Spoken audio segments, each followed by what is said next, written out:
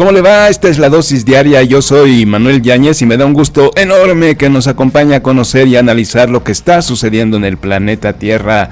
Ya es jueves 29 de agosto y estoy aquí asomado en la ventana viendo cómo ya está aquí a la vuelta de la esquina el fin de semana. Hoy será una dosis diaria diferente. Quiero tomar el tiempo para platicar sobre los efectos del Poder Judicial en la economía, cómo afecta la relación con Estados Unidos y Canadá. También a la luz de que dice el presidente Andrés Manuel López Obrador que estudiar Derecho no es tan complicado. Ayer precisamente se unieron a la manifestación en contra de los cambios al Poder Judicial los estudiantes y profesores de la UNAM de la carrera de Derecho, y hay que pensar que cuando muchas voces se levantan en advertencias, hay que poner atención.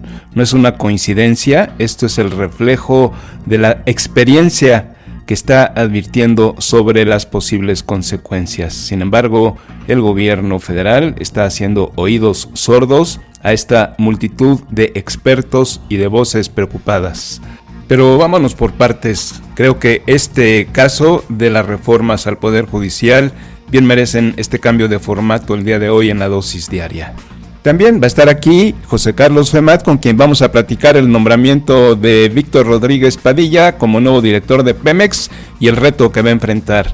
Y cerraremos con Pamela Jara Gómez, terapeuta especialista en personas altamente sensibles. Empezamos.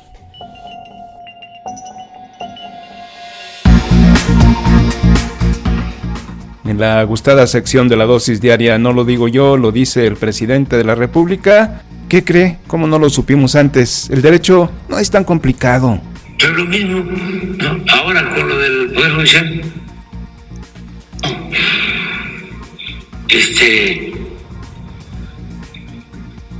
Cualquiera va a ser juez, cualquiera va a ser magistrado, cualquiera va a ser ministro.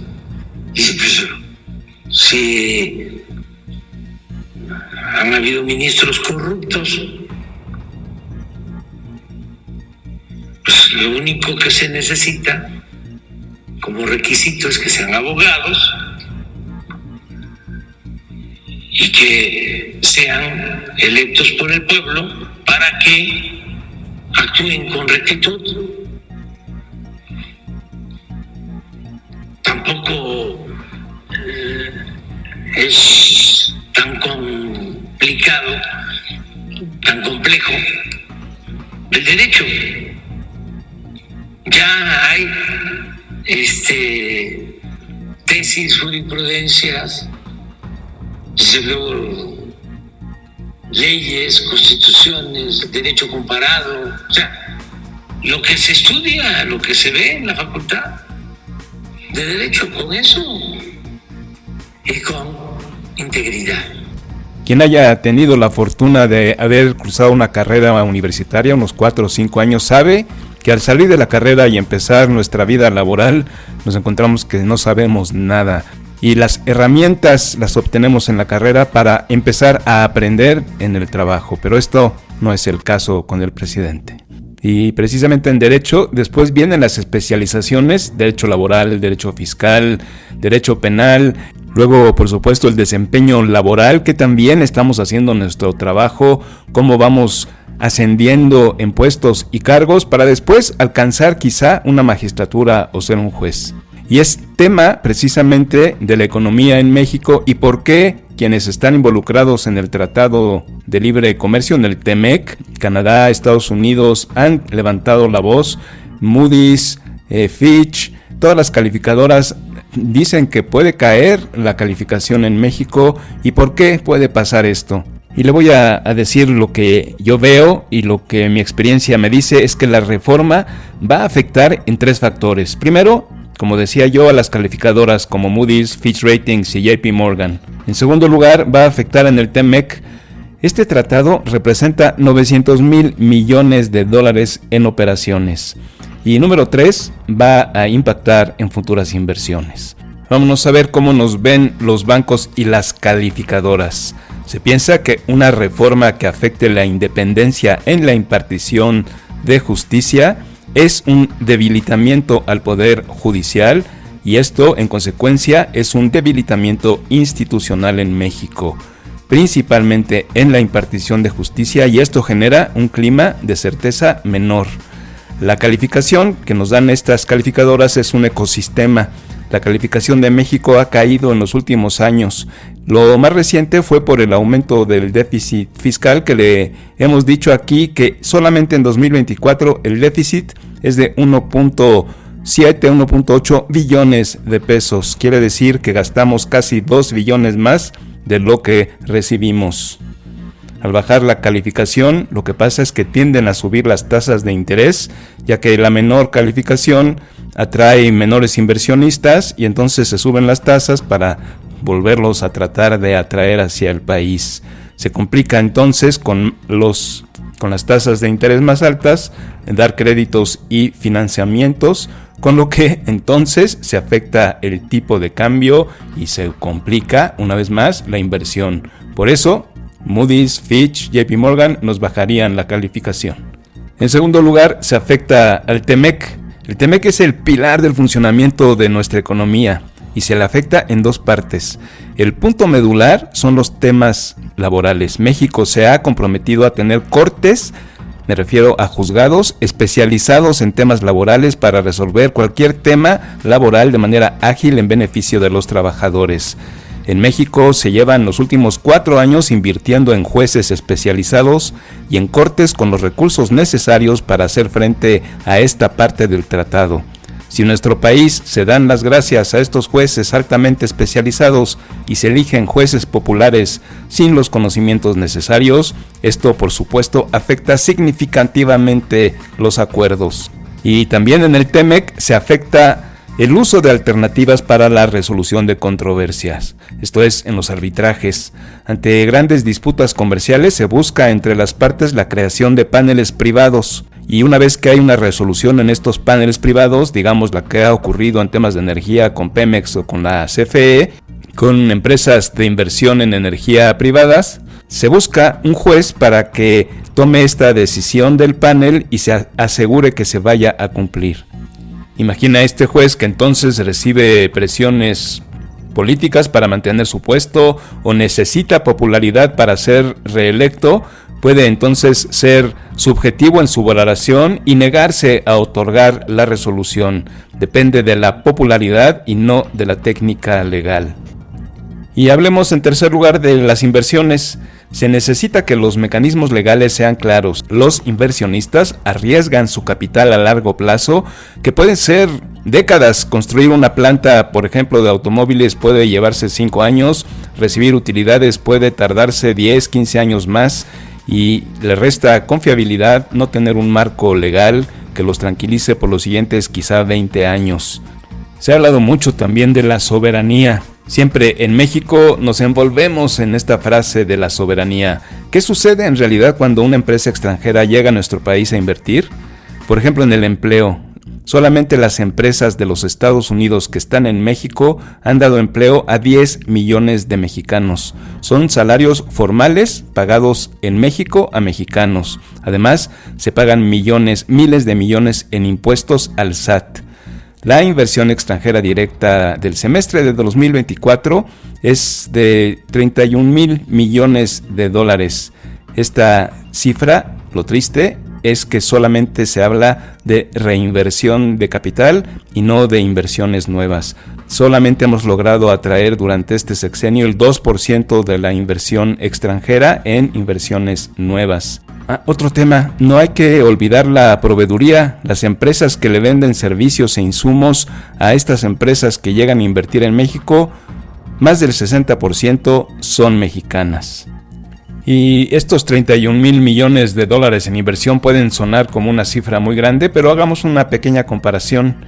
Solamente en una ciudad, en un estado en los Estados Unidos, hablemos de Phoenix en Arizona, se han invertido 90,000 millones de dólares en el 2023, casi 3 veces más de la inversión extranjera total en nuestro país. Esto habla de las posibilidades que podríamos tener y habla de lo mal que estamos teniendo en el desempeño económico, y entonces cómo también puede limitarnos estos cambios al Poder Judicial. Con el llevado y traído nearshoring no hemos logrado atraer más que el 2% de nuevas inversiones a nuestro país.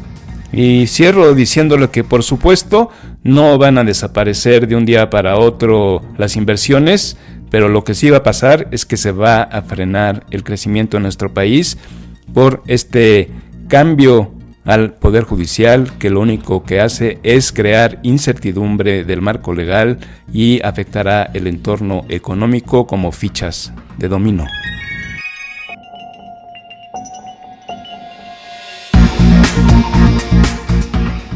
Es jueves, teníamos ya muchas ganas de platicar con José Carlos Femat sobre este nombramiento de Víctor Rodríguez Padilla, un académico especialista en temas de economía de la energía, que se va a quedar, decíamos fuera del aire, con la rifa del tigre. De eso estábamos sonriendo. Ahora, como está subiendo el dólar y con una deuda pequeñita de 100,000 millones de dólares, entre otras cosas. De eso platicaremos con José Carlos Femat. ¿Cómo estás, José Carlos? Sí, ¿qué tal, Manolo? Pues muy bien, hombre, sí, la rifa del tigre, este nombramiento pues era de los más esperados para ver quién estaría al mando de esta gran empresa. Lo dijiste muy bien y quiero aprovechar primero para saludar a la audiencia de La Dosis Diaria. Este nombramiento de Víctor Rodríguez Padilla, pues sí, nos ha llamado a todos la atención. Es un académico, como tú dijiste, es ingeniero energético por la UNAM, tiene un doctorado en economía de la energía por la Universidad de Grenoble en Francia, varios postdoctorados, en fin, es una persona muy preparada, muy preparada.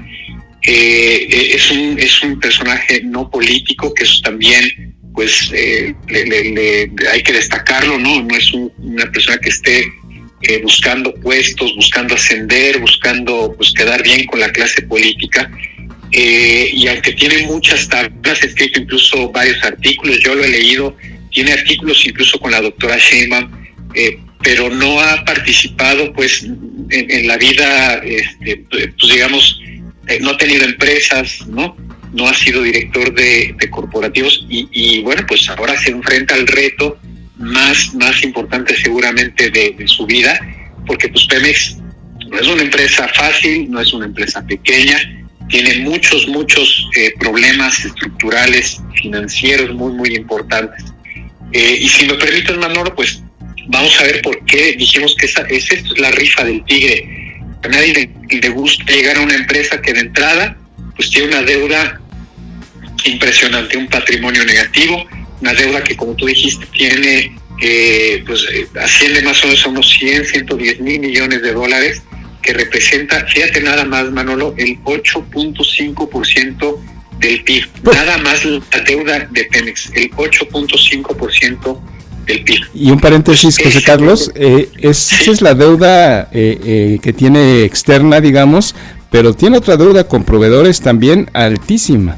Vamos a ver ese tema también, Manolo. Nada más, comentarte, este nivel de endeudamiento externo, pues está sonando las alarmas por todos lados. No le ven manera de atacarlo. Tiene vencimientos este año nada más este año por 10,000 millones de dólares, y el gobierno pues le ha estado inyecte dinero, transferencias, le perdona el DUC, ¿no? El impuesto pues para esta empresa.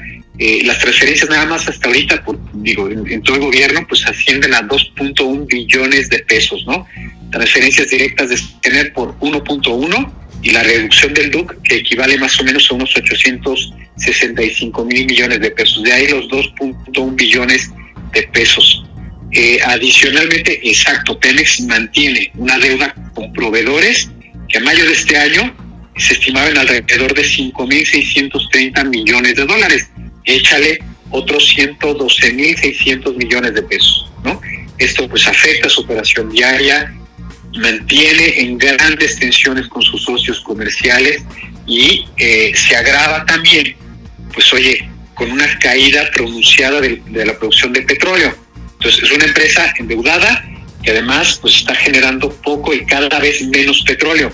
Fíjate, lleva 7 meses al hilo con reducciones en la extracción de petróleo, y no nada más en julio de este año, la reducción fue de 4.5% con respecto a julio del año pasado, lo que pues, la ha llevado a una producción ya de menos de 1.5 millones de barriles al día, por debajo de los 2.5 millones que tenían hace pues 10 años, no me voy más atrás, ¿no?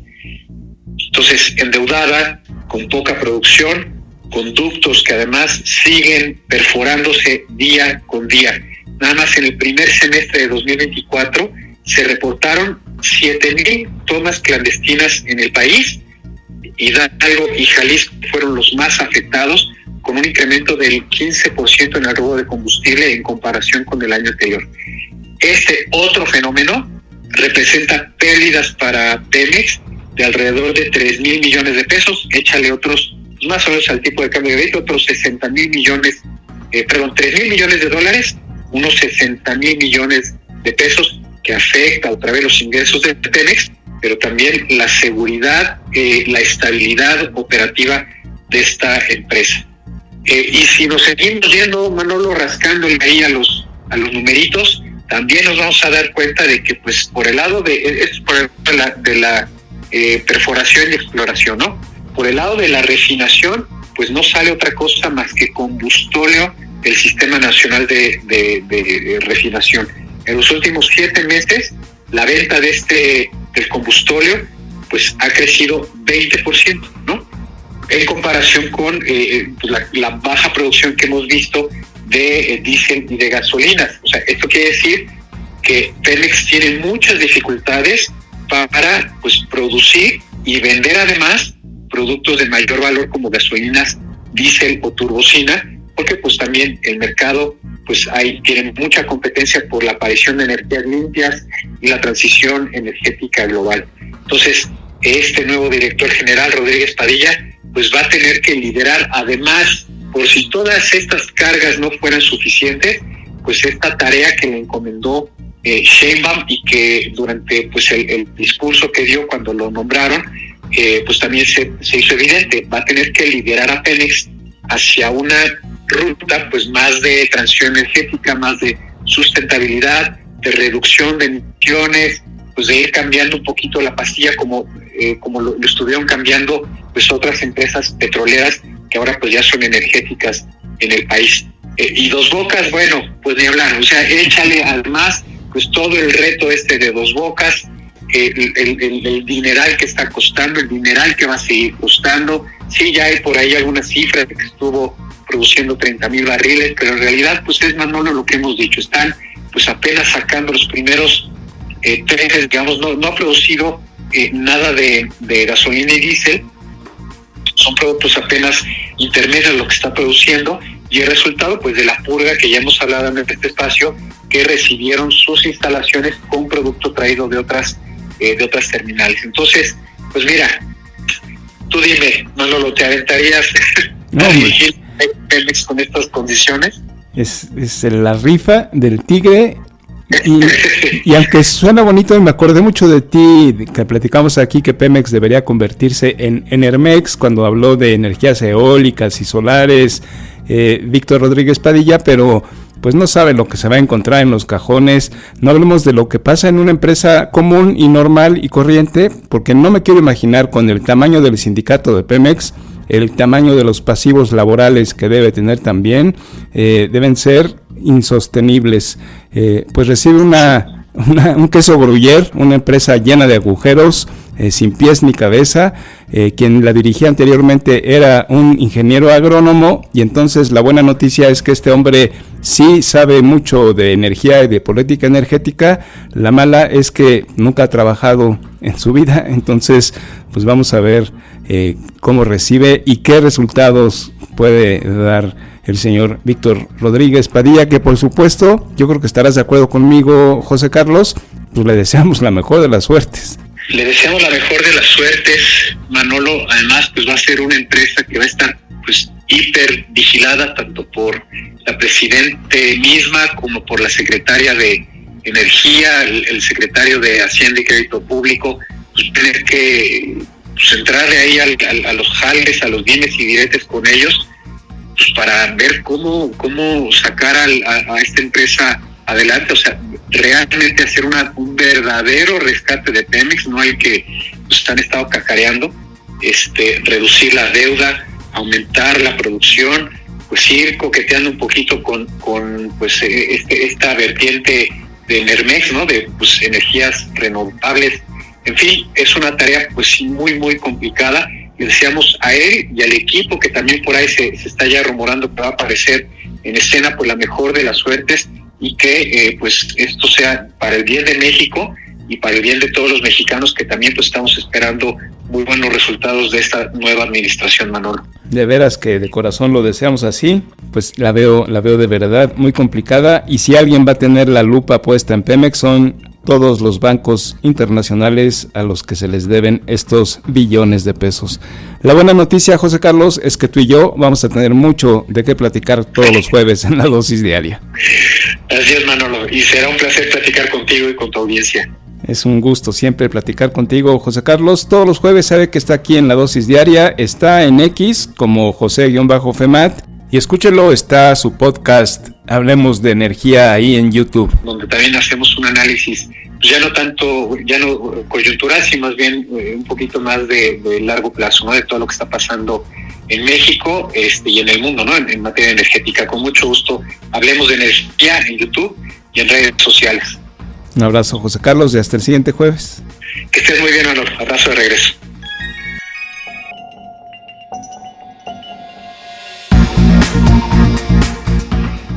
Jueves de la sección más querida en la dosis diaria, estamos platicando con Pamela Jara Gómez, terapeuta especializada en personas altamente sensibles, y estábamos platicando la semana anterior del apego desorganizado y hemos tenido mucho interés, por lo que continuaremos con el tema hoy. ¿Cómo estás, Pamela? Hola, muy buenos días, Manuel, y a todos los que están oyendo. Yo muy bien, muchas gracias. ¿Cómo estás por allá por México? Todo perfectamente bien. De manera personal, en el entorno político ni hablemos, porque tú y yo tenemos otros temas de qué platicar. Exacto, mejor vamos por la parte emocional hoy día. Porque hay crisis emocional, por eso hay tanto interés en los temas de platicar contigo, Pamela. Adelante. Venga, vamos con otra de los aspectos que tenemos del apego desorganizado, porque la semana pasada hablábamos sobre todo lo que ocurre con los niños y niñas que han sido abusados en la infancia, ya que ellos desarrollan este apego desorganizado. Pero hay otra forma en la que también se desarrolla el apego desorganizado, y es cuando, por ejemplo, los niños han tenido mucho como abandono emocional, mucho rechazo. El rechazo no siempre es explícito, también cuando, por ejemplo, hay un padre que es muy frío, muy distante, que no conecta con los hijos, sino que solamente se dedica a trabajar. Entonces, papá trabaja todo el día, mamá, como tiene varios hijos, se tiene que preocupar de atender la casa, de tener comida, de que no le falte la ropa, qué sé yo. Entonces, mamá tampoco puede dedicarles tiempo a cada uno de los hijos. Entonces, los que van a ser más sensibles van a sufrir mucho más esta carencia o esta ausencia afectiva, y también de alguna manera el rechazo tácito o implícito que genera papá al no acercarse nunca a los hijos. Porque por último, de la madre, si mamá está en casa, me da de comer, me abriga, me viste y me lleva a la escuela o cosas así, los hijos de alguna manera sienten un poco más esa proximidad, aunque no es que mamá sea súper disponible emocionalmente, pero por lo menos tengo la sensación de que mamá sabe que existo. Pero si papá no tiene ningún tipo de aproximación, eso genera un gran vacío. Entonces, el día que de mañana, cuando estas personas son adultas, sobre todo las mujeres, lo que les va a ocurrir es que van a tener muchísimas dificultades para tener parejas, porque por un lado añoran y desean ese contacto, que es esto como la ansiedad que produce de tener pareja, de tener a alguien con quien estar, pero en cuanto tiene una persona un interés en ella o alguien se le acerca, aparece el rasgo como el evitativo, ¿no? Porque el desorganizado es la combinación entre el apego evitativo y el ansioso. Entonces, se vuelve ansiosa en la sensación de querer y de desear una relación de pareja, pero aparece el evitativo en cuanto hay una persona que se acerca. Entonces ella rápidamente huye, se escapa, porque inconscientemente lo que prefiere es ella alejarse antes de volver a sentirse rechazada o no tomada en cuenta. Eso en el caso de las mujeres. Y en el caso de los hombres, lo que va a ocurrir en muchos de los casos donde ha habido esto, es que van a estar eternamente como queriendo buscar a papá, buscar la aprobación de papá, van a ver a lo mejor de imitarlo o de hacer muchas cosas como él. Si por ejemplo papá tenía un negocio o trabajaba en algo específico, el hijo varón va a seguir en esa misma línea. Es como si estuviera siempre a la sombra de papá o detrás de papá haciendo lo mismo que hacía papá, para que de alguna manera, esto es muy inconsciente, el niño espera que bueno, ya a esta altura es el adulto, espera que papá, al ver que él hace lo mismo, que es como él, entonces finalmente le reconozca, lo valore o lo aprecie. Y por supuesto, si papá no hizo eso cuando eran niños, difícilmente lo va a hacer cuando sean adultos.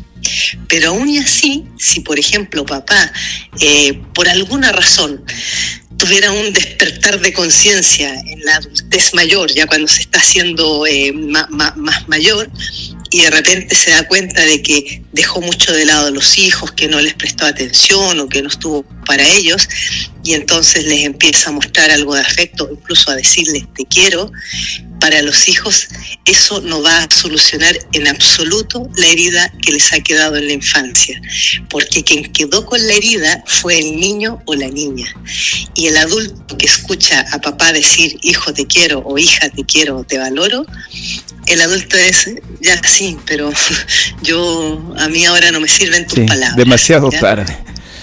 Exactamente, has llegado demasiado tarde, porque esto es algo que lo hemos comentado varias veces, pero voy a hacer mucho énfasis. El gran problema con las heridas de infancia es que se producen en la infancia, sobre todo por mamá y papá, son los principales causantes de las heridas de infancia, pero luego para sanarlas, la única forma de poder sanarlas es que nosotros conectemos con nuestro propio niño o niña interior. No me sirve que venga otra persona, ni siquiera mamá o papá, que fueron quienes la provocaron, no me sirve que vengan ellos a decirme, ahora sí, hija, yo te quiero, ahora te abrazo. Pues yo me he encontrado en muchísimos casos con personas en terapia que me dicen, y claro, que cuando tenían 40 o 50 años, mamá o papá, ahora sí les abrazan o les dicen te quiero, me dicen, pero es que me sigo sintiendo con el mismo vacío que si no lo hicieran. O sea, a veces incluso hasta llega a generar como una especie de rabia, de resentimiento. Sí. Eso, lo que dijiste tú antes, ¿no? O sea, ahora me vienes a decir, como... Hasta hace más grande la herida. Son heridas abiertas que estamos nosotros en el interior más profundo y que solo nosotros mismos podemos sanar. Exactamente, como dices tú, es como que agrandar a la herida. A veces casi es mejor que mamá y papá sigan siendo igual de fríos como lo fueron antes, a que cambien, porque entonces aparece todo como este resentir que vuelve a ser el niño herido, que como que por dentro grita de decir, ¿y por qué no hiciste esto antes? ¿Por qué no me dijiste esto antes? ¿Por qué no estuviste para mí antes y me lo vienes a decir ahora? ¿Ya? Cuando ya me he pasado una vida sufriendo, pasándolo mal, con resentimiento, con rabia, con rencor. Por eso que quedan estas heridas sangrantes abiertas. Pero esto no quiere decir que no las podamos curar, y por eso estas pláticas, estas conversaciones y este momento de acercarnos siempre con personas expertas, con terapeutas especializados como Pamela Jara Gómez, porque sí hay algo que hacer, sí podemos salir adelante, pero tenemos que primero reconocer que tenemos la herida y luego buscar el apoyo de alguien profesional para que sí podamos nosotros mismos cicatrizarlas. Exactamente. La buena noticia es esa, que toda herida, por muy profunda que sea, por mucho daño que nos haya generado, siempre la podemos sanar. Lo único importante aquí es que estemos dispuestos nosotros a aceptar cosas que no nos han gustado, a darle la bienvenida a situaciones nuevas y a cambiar. Sobre todo tenemos que cambiar.